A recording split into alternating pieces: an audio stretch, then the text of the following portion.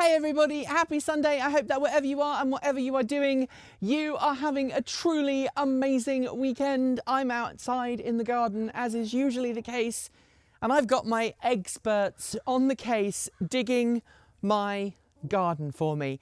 Chickens love rooting through vegetable patches. They love kind of eating up all of the bugs and lugs that like to get into the roots of last year's vegetables. They love clearing out any grass and stuff that's been left there. And it saves me a lot of time because if they do all the digging, I just basically have to make sure there are no weeds in and then I can plant my veg. Oh, and they fertilise as they go, if you know what I'm talking about. So that's why my vegetable patch is now completely enclosed by a chicken run. And I was talking about this earlier today. I did another take of this video and I had my border collie outside, my pup, Ghost. He's 17 weeks old. He's been a toddler all week. And if you've ever had a dog, you'll know that kind of 17 to 24 weeks, they can sometimes be naughty because they're pushing boundaries and they want to see what they're allowed to do and what they're not allowed to do. And he's got to that stage where he just sometimes goes deaf, which is not a good look if you're trying to film and the dog is going round the chicken run, trying to get in with the chickens. So I put him back inside. Anyway, I don't want to talk to you today about my chickens and my dog. Well, I do, but that's not why you're watching this. Or maybe it is. But let's turn our attention to the Sunday musing. This week, there was what's called a covered drive for the Volkswagen ID.Buzz electric minivan. It is effectively an all-electric spiritual successor to the iconic Type 2 microbus, so it's got that same kind of vibe about it in terms of its design. It's built on Volkswagen's MEB platform, so it's built on an electric platform, a platform that is shared with the ID.3, the ID.4, the ID.5, the ID.6, and of course plenty of electric vehicles from Skoda, Seat, Audi. And I was absolutely gobsmacked this week when a journalist who was on the covered drive revealed that the front of the ID.Buzz has no frunk. There's a little flap that you can pull down that gives you access to screen washer fluid and a few other bits and bobs, mechanical bits and bobs under the front end of the vehicle, but there's no front trunk. And that didn't surprise me. That's how I expected it to be. But there were lots of people actively losing it in the comments because this vehicle did not have a front trunk.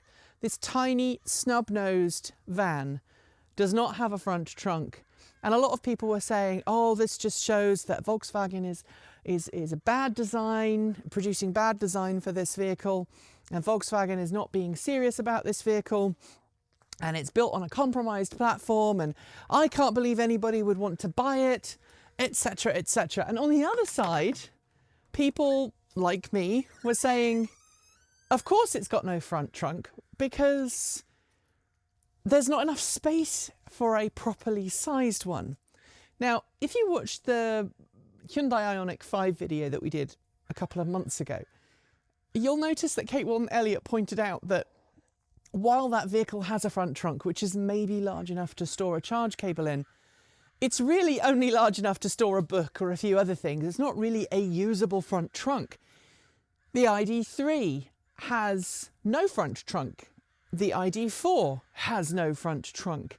And so I'm kind of amused that anybody would think that the ID.Buzz would have a front trunk when the design is clearly snub-nosed. There's not really enough space up there for it.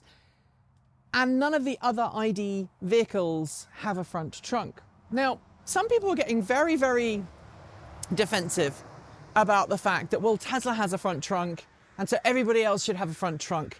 This car doesn't have a front trunk. My Bolt does not have a front trunk, and I'm totally okay with that.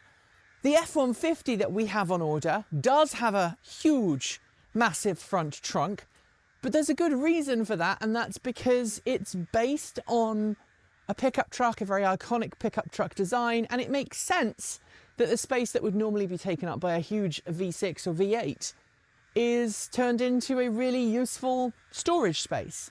That vehicle has a very long hood, very long bonnet, and so it makes sense to have a front trunk. The ID.Buzz, though, very snub-nosed. I just don't get it. So if you are someone who, in the comments, wants to tell me why it is so important that this vehicle has a front trunk, I would love to know, because I don't get it.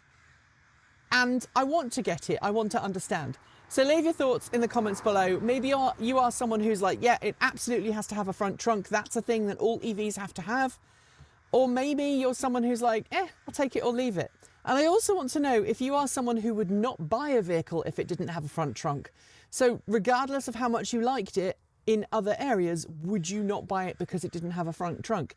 Or do you just not care as long as the overall vehicle design suits your needs? Because I never even realised that this was a controversial opinion until the middle of the week, when suddenly people were saying, oh yeah, and if this vehicle doesn't have a front trunk, I'm not interested.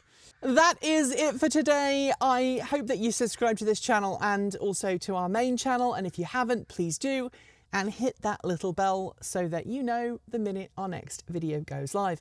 Thanks on behalf of the entire TE crew go to the folks on my right for being our $15 to $49 a month supporters.